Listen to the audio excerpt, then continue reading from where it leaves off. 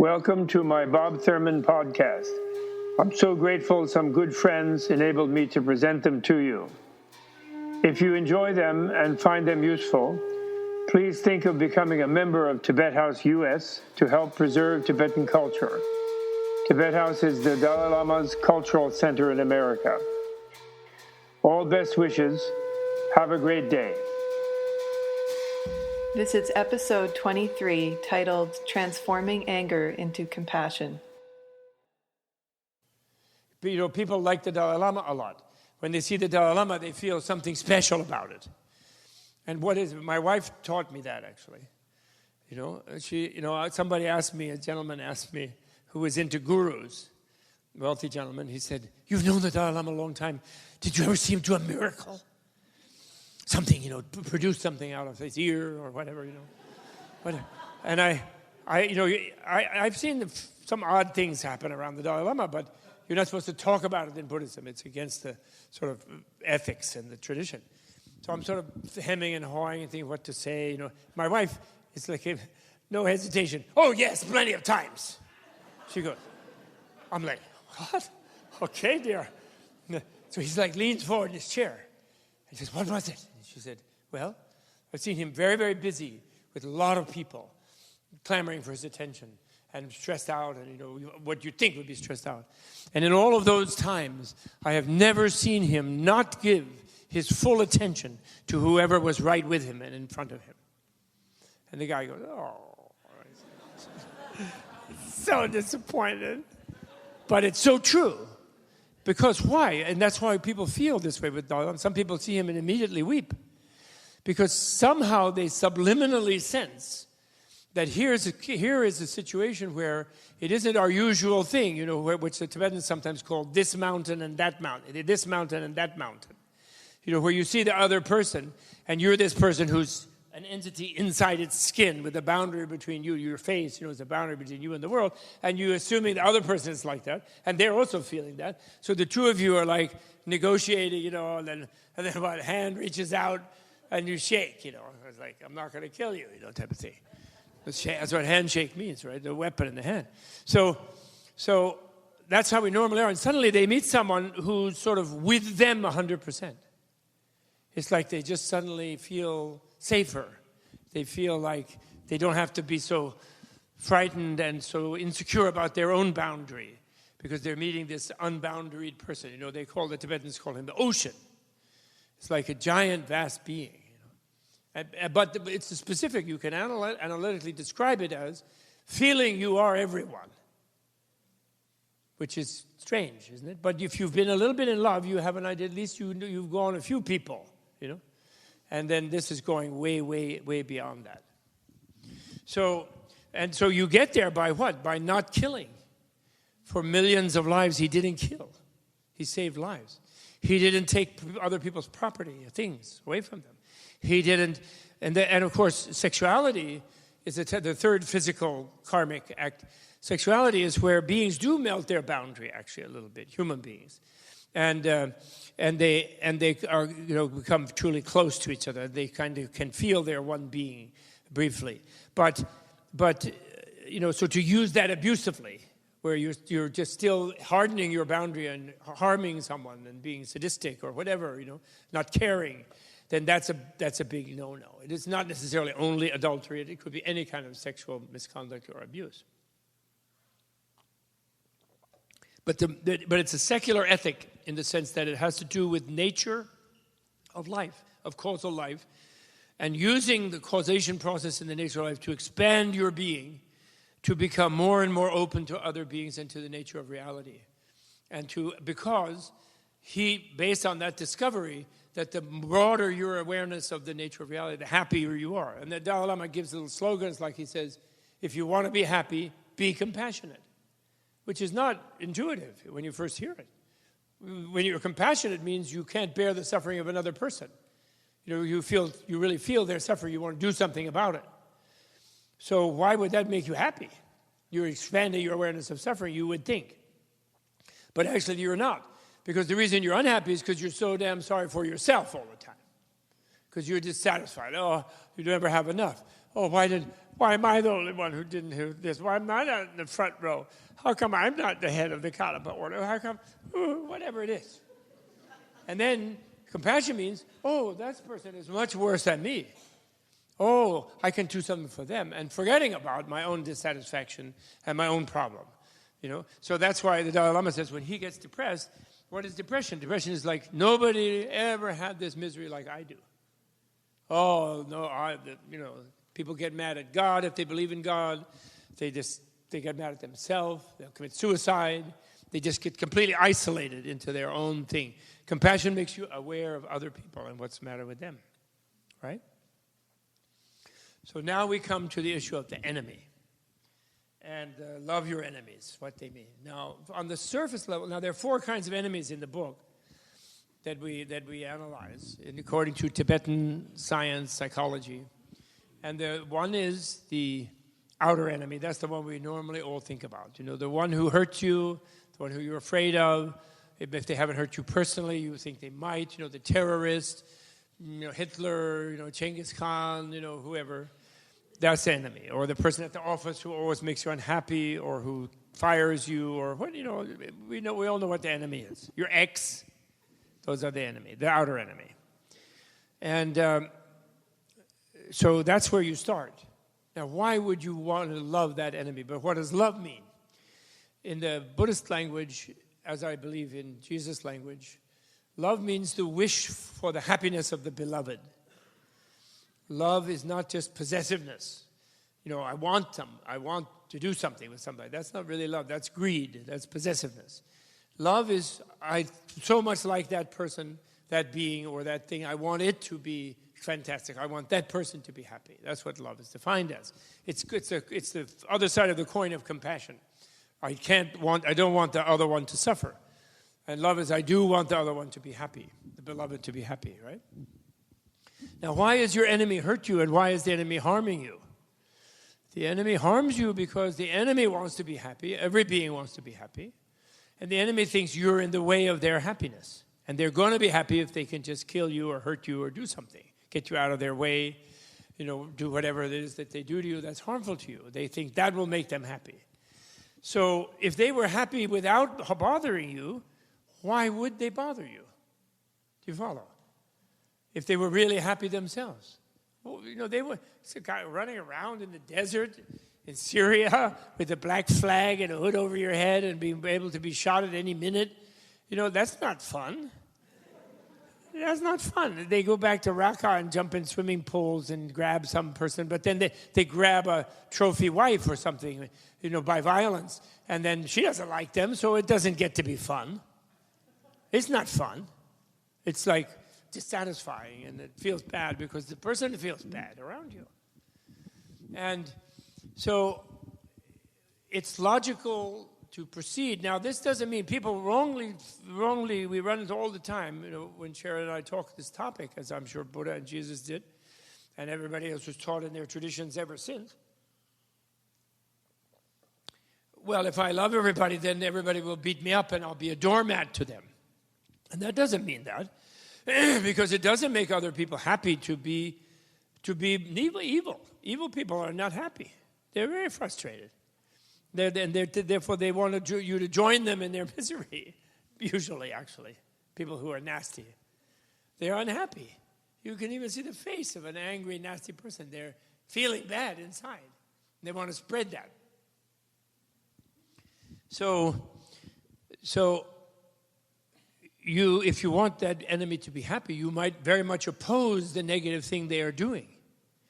So it's just an attitude. You're not hating them means you want to destroy them and want them out of the world, and you want to just obliterate them.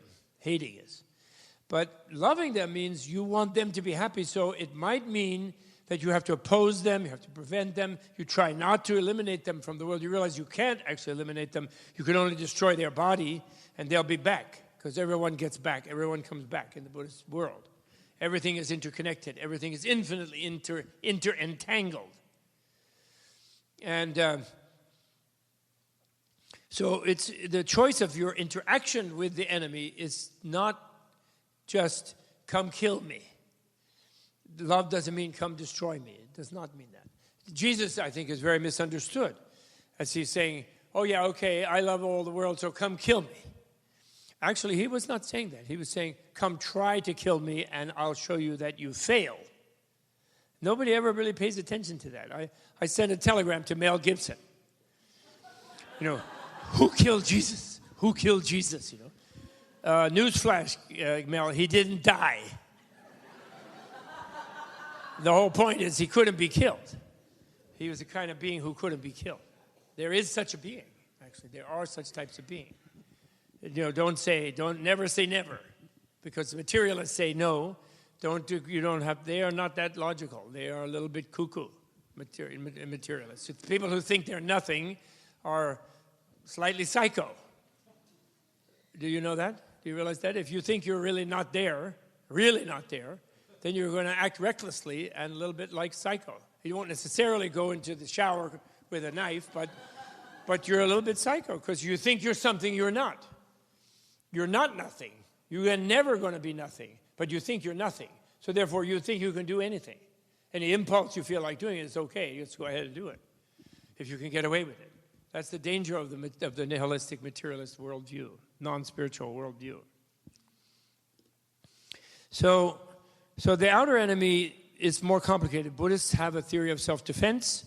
They have justified self-defense. They even have a theory of war, that you can defend yourself in a war situation, minimizing the violence all the way through. They're against capital punishment from the beginning, absolutely. But they might sanction self-defense. Get someone getting killed in a situation of self-defense. They might.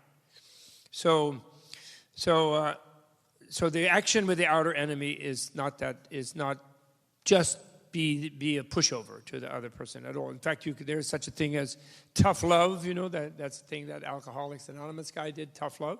And there's such a thing as fierce compassion. And those fierce Tibetan deities are supposedly fierce compassion. They're not actually angry at anybody. I don't like to call them wrathful deities that people do. They're not wrathful. They're just showing the form of ferocity to calm down really angry beings, to sort of, get them not to be angry, like that. Then you have the more important enemy is the inner enemy. And the inner enemy is your own anger and your own hatred. And because we are not self-aware enough, because we haven't learned enough about how our mind works, we are vulnerable to, when something happens that really bothers us, we feel this rage, and this rage takes us over because it takes a hold of us by a specific handle, actually, which is our wrong habit that our being is some sort of fixed absolute thing. Like right now some of you are looking at me or looking at something and you're listening, and in the core of your subjectivity, everyone sort of feels that the same me is always there.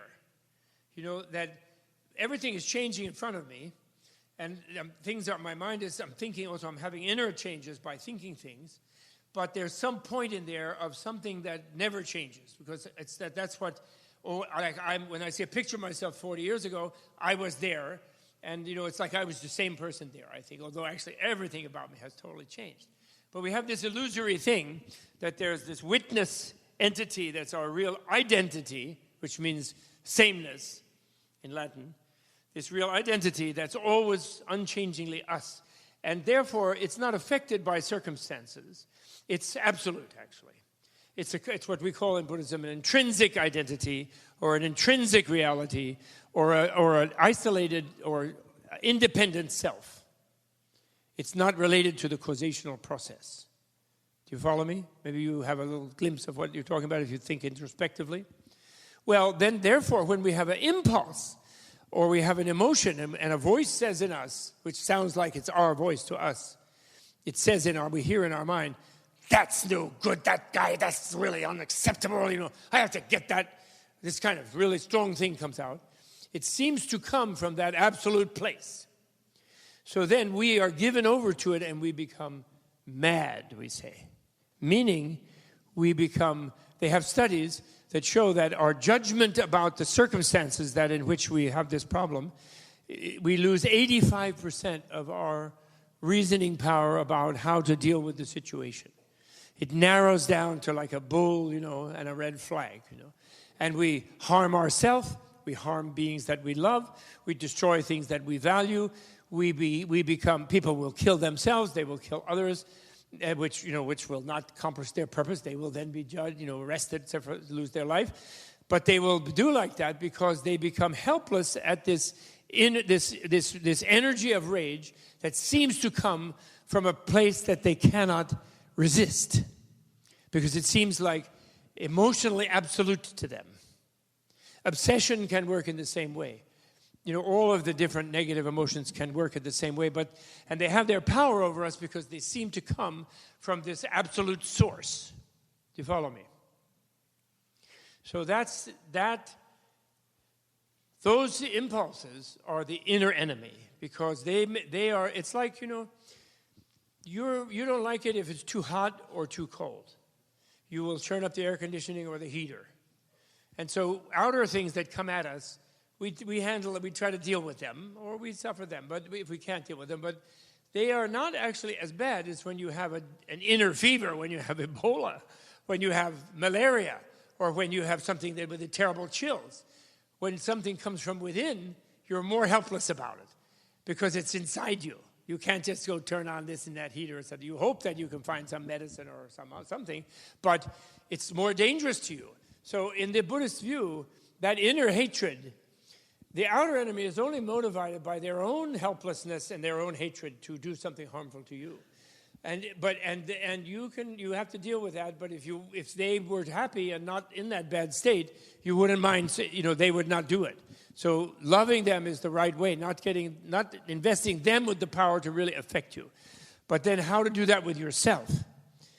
This is where you learn to control that thing. And here, Sharon Salzberg, my co-author in the book, she's very good in describing how the seventh element of the Eightfold Path of Buddhist education is something called mindfulness, which has become a kind of craze nowadays in America, by observing your mind. And how many of you have practiced mindfulness meditation, by the way, here in this audience? Oh, great. A lot of you. Very good. Well, anybody who hasn't, it's a great thing for you to try. Even just a little bit. What you do is you just sit down. You don't have to sit cross-legged like some weird yogi who's all flexible in the joints. If you're used to a chair, sit in a chair. But you sit down, and then you just count your breath is a traditional way. You just count. And then you try to just think of 1 to 10, But when you do that, of course, your mind starts going into reveries of memory, remembering something, worrying about something. It starts wandering, and then you sort of just bring it back to the counting. And you do that, and what happens is that you begin to see all that's going on in your mind. And you see how this memory starts to make you feel upset again. Or this memory makes you a little cheery again. And you begin to realize where the inner sources of your emotional reactions are. And if you do it a little more and you become more adept at it, then you begin to get to where you begin to get a larger landscape in your mind, and you gain more freedom in your mind where you can actually have a say in whether you react or not to some event. It isn't like you're just a push-button reactivity person, if you follow me.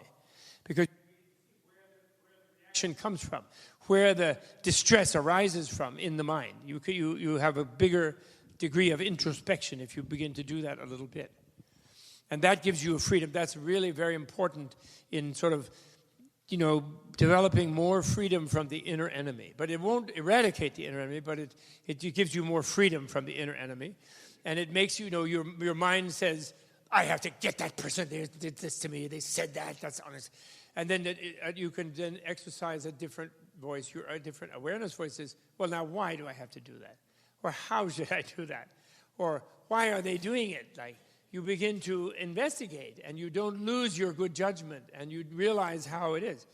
And then there's other great things. Shantideva teaches in the 6th chapter this wonderful thing where if you can why you get mad is because you get frustrated. and you let that frustration build up. And this is very important for women because they're socialized to be polite and not be vigorously aggressive and assertive. So, there's something very annoying them, and then they just swallow it and kind of, oh, okay, yes, dear, whatever. There. And then the frustration builds and builds, and then they blow up and throw a frying pan. And or they don't, and they get sick. And so, so there's a very beautiful thing Shantideva says. He says, that frustration, you should never let it build up. And you should always maintain good cheer and be cheerful and be comfortable in your mind. And what you've got the frustration about is if you see something happening that you don't want to be happening, or or something you do want to happen is being blocked by someone. So in those kind of things, then you get frustrated and then you get mad. And your anger comes to you and seduces you by saying, well, you can't stop that or you can't get that done because you're not strong enough, but I'll make you stronger by getting all enraged. It tricks you into that, and then you do something really clumsy and make the situation worse, and then you feel exhausted because you became enraged, and you fail as a martial artist when you lose your temper. And so instead of that, what you do is this other voice will say, well, no, well, how will I handle that and deal with that? Oh, but yeah, but then Shantideva says, if you can do something about a bad situation, why get upset about it? Just do it. If you can't do anything about a bad situation, why get upset about it on top of that? Always remain cheerful and never get frustrated. And therefore, what that is teaching is be active before you get mad. And my wife is a great master of that. She's really good. I call it joyful rudeness. Humorous and joyful rudeness. When so-and-so is going on, and telling you about how the Koch brothers are really great and there's no global warming, and yes, they should completely take the Senate and they should screw over all of the good things that have happened since Roosevelt, and you're getting madder and madder, the thing is, when you hear the first sentence, you immediately intervene and say, why don't you stop talking such a bunch of rot?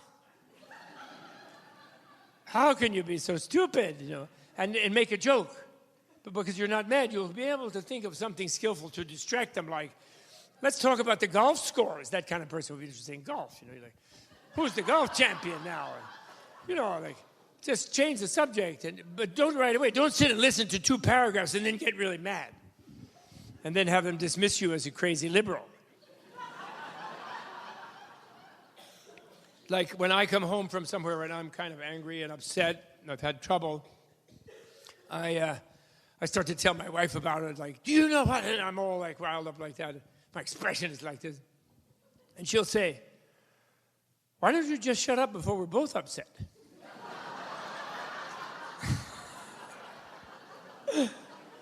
And then I go further. Then, oh yeah, okay, right. And then it gives me a chance to up level and drop out, I hope you ladies are listening to that. And that's Shantideva's teaching. Just be active, get in there, and be forceful even, without being angry. And then you'll be much more skillful. It'll be much more effective, helpful to the opponent, and helpful to yourself. So anyway, then quickly, I think probably I'll be going on too long. And then quickly, not so quickly, but no rush, actually, I was told. So then there's something we call the secret enemy. And this is deeper, and this is something they're very good at in the Kadampa Center, so you all know a lot about it. It has to do with the self-habit. And this, in a way, as a psychologist, was the Buddhist tradition and Buddha and his followers' greatest contribution to the world, is their whole insight into the way the mind functions, the wiring around the sense of identity, and how to cultivate a greater resilience of identity, and less rigidity and fixatedness about identity, and learn to overcome prejudices, therefore, racial, gender, national, religious, by developing more openness, and that's the going after what they call the self-habit. And that's the habit of that sort of psychotic thing of thinking, I'm this fixed thing that never changes. And that's real me, and all of this other stuff is a bother, and I have to get away into that real me, which unfortunately many mystical traditions teach as if that's a good thing to do, go and escape from the universe. But the Buddha did not do that. He was against that. He very clearly warned against that. So that's dealing with the secret enemy. And then the super secret enemy is something, I mean, we have it as super secret, but it's a kind of, it's almost the same as the secret one. It's being very preoccupied with yourself and thinking always about yourself and where you are and what you're doing and what can I get out of it, and being very enclosed within a sort of monologue of like I, me, mine sort of thing, which is very similar to the self-habit. It's called self-concern or self-preoccupation or self-cherishing in the Buddhist tradition.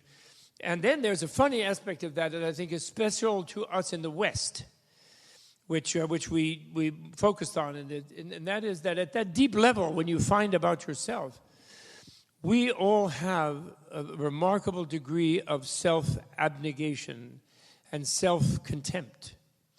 We are socialized on two sides, from the scientific side, from the religious side. We are socialized a little bit to consider ourselves somewhat unworthy.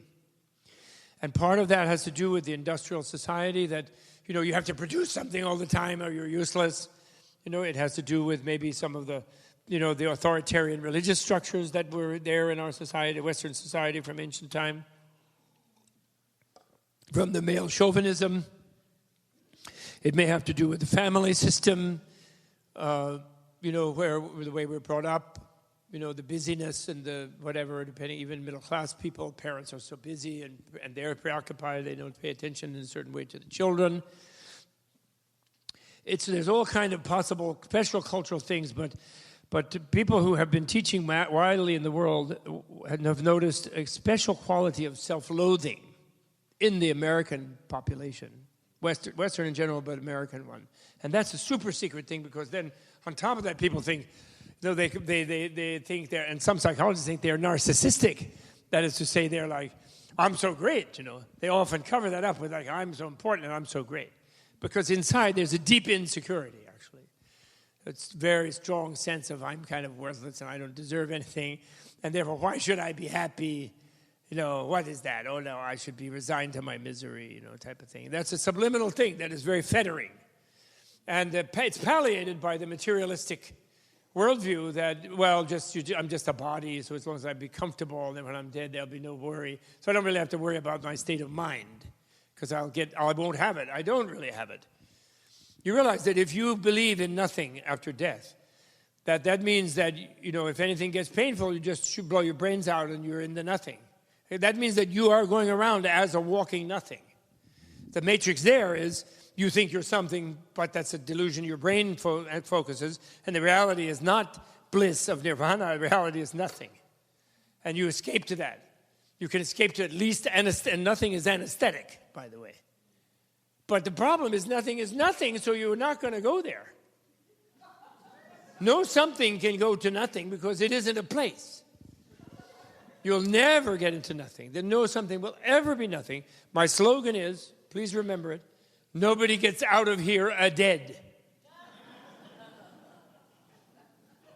And the implication of that slogan is don't be too mean to your exes. Because you fell in love with them many previous lifetimes, you will fall in love with them next life too. At that time, maybe they'll have the stronger lawyer. Anyway, okay. So that's the super secret enemy. That's love your enemies. And, you know, one can start by loving your friends, too, and yourself. But the best thing to do, to start with here in North Carolina at this time, is vote for Kay Hagan. That's the best.